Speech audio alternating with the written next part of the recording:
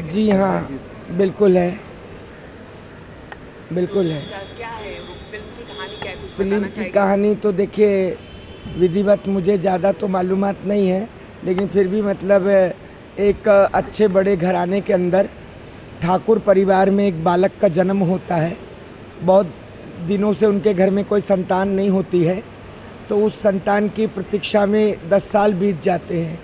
फिर भी ईश्वर को रहम आता है तो एक संतान होती है, तो ठाकुर बहुत खुशियाँ मनाते हैं, लेकिन वो खुशियाँ उनकी अवैध हो जाती है, क्योंकि उनके घर में इस बात का मतलब एक मातम सा फैल जाता है कि वहाँ नर भी पैदा नहीं हुआ, नारी भी नहीं पैदा हुआ, किन्नर पैदा हो गया। उसी के आधारित इस फिल्म का मतलब वो किया जा रहा है जनता के मनोरंजन के लिए, कि संसार के अंदर किस प्रकार से किन्नर का तिरस्कार होता है, और किन्नर को अगर किसी के घर में भी अगर वो किन्नर जन्म ले ले तो उसका मेरा अनुरोध है, सभी से, मानव समाज से अनुरोध है कि उसका तिरस्कार ना करे, उसके अपने घर का घरोवर समझ के उसका भी वही मान सम्मान करे जो और बच्चों का किया जाता है। और सरकार से आप क्या चाहते हैं? सरकार से देखिए, सुप्रीम कोर्ट ने तो हम लोग को एक बहुत बड़ा सम्मान दिया है। मैं उन जज की आभारी हूँ, उस जज की आभारी हूँ मैं जिस जज ने इतना बड़ा सम्मान देकर एक किन्नरों को एक मान सम्मान के रूप में जीने का हक दिया है। अभी मैं चाहूँगी कि मोदी सरकार जिस तरीके से जनता का सहयोग कर रहे हैं, जनता को, नर को, नारी को सहयोग कर रहे हैं, इन किन्नरों के तरफ भी उनको ध्यान देना चाहिए। सभी किन्नर जो हैं मोदी के बड़े प्रसन्नता करते हैं, बड़ी उनकी प्रसन्नता करते हैं, और सभी किन्नर लोग मोदी जी को चाहते भी हैं। 377 हटना चाहिए, मोदी जी को हटाना चाहिए, आप क्या मांग करना चाहिए? देखिए, मांग तो ये है, आज हमारा हिंदुस्तान 20 साल पीछे चला गया है, 20 साल पीछे चला गया है। हर एक मामूली आदमी, एक आम आदमी के पास में ना पैसे है, ना रोज़गार है, ना रोज़ी है। जो बात कहना सही बात, ना रोज़ी है, ना रोज़गार है।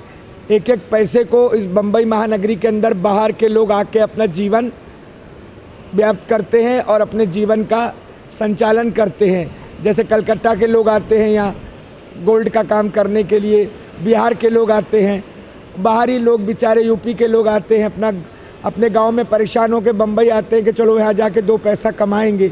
लेकिन यहाँ पर उन लोगों को रोज़गार बहुत मुश्किल है। एक तो यहाँ पर कोई जमानत नहीं दे सकता, कोई उनकी सिक्योरिटी नहीं दे सकता है, तो इसीलिए बेरोज़गार का इतना समस्या है, बहुत ज़्यादा समस्या है। आपको लगता है मोदी सरकार विफल हो चुकी है 3 सालों में, कुछ काम? देखिए, ऐसा है, मुंह से बोल देना ये चमड़े की जुबान है, और ये बिना एम्पलीफायर का मशीन है। जो भी इसमें से टोन निकलेगा वो जनता को सुन लेता है। लेकिन हाँ, जनता आज विश्वास कर रही है, और अगर विश्वास पे खरे नहीं उतरेंगे तो जनता उनको विश्वास का परिणाम भी दे देगी।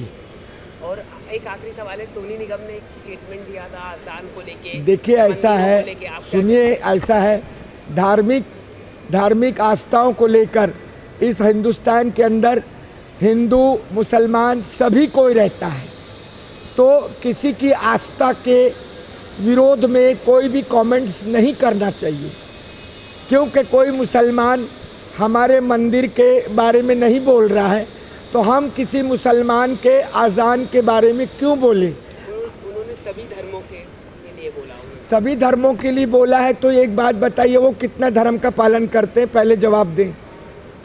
वो अगर बहुत धर्म का पालन करते हैं, कोई धर्मात्मा है, वो कोई धर्म के अंदर उनकी कोई पूरे हिंदुस्तान के अंदर कोई कहीं पे उनकी लिखा रखा है या उनके बारे में कोई जानकारी है हिंदुस्तान में कि सोनू निगम बहुत धर्माकारी इंसान है, भगवान की बहुत नेतृत्व पूजा करते हैं, रोज गायत्री मंत्र पढ़ते हैं, हनुमान चालीसा पढ़ते हैं, ऐसा कोई कहीं उल्लेख नहीं है।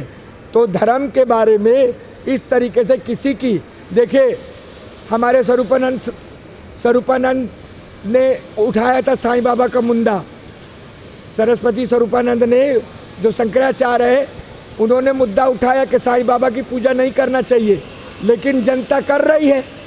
भाई जिसकी आस्था जिसमें है उसकी आस्था को ख़त्म करने का आपको कोई अधिकार नहीं है।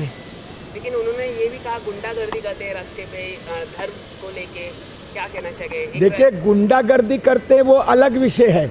गुंडागर्दी करते हैं तो उसका विषय अलग है, उसके लिए प्रशासन है, प्रशासन उसको संभालेगी। आपके कहने से गुंडागर्दी खत्म ना हो जाएगी, आपके कहने से समाज में पूजा प्रतिष्ठा खत्म नहीं हो जाएगी। उन्होंने पूजा के लिए नहीं बोला, उन्होंने लाउड स्पीकर के लिए बोला। लाउड स्पीकर के लिए एक बात बताइए, आप कितना आदमी चिल्लाएगा? अभी आप मेरा कमेंट्स करा रहे हैं यहाँ पर, पूरे जितना भी हवाई अड्डे पे नहीं सुनाई दे रहा है, इसी जगह पे गूंज रहा है वो, इतना ही ना। अगर इसको लाउड स्पीकर लगा देंगे तो बहुत आगे तक सुनाई देगा लोगों को, तो इसी कारण लोग लाउड स्पीकर लगा देते हैं। हाँ, ये है, अगर किसी को इतराज होता है तो आज जमानों से बचते आ रहा है, तो अगर किसी को इतराज होता तो कब का इतराज हो गया होता। ये ज़बरदस्ती की इनकी नींद खराब हो रही है, तो मेरा उनको सलाह है खंडवा में या लोनावाला में जाके अपना फ्लैट बना ले।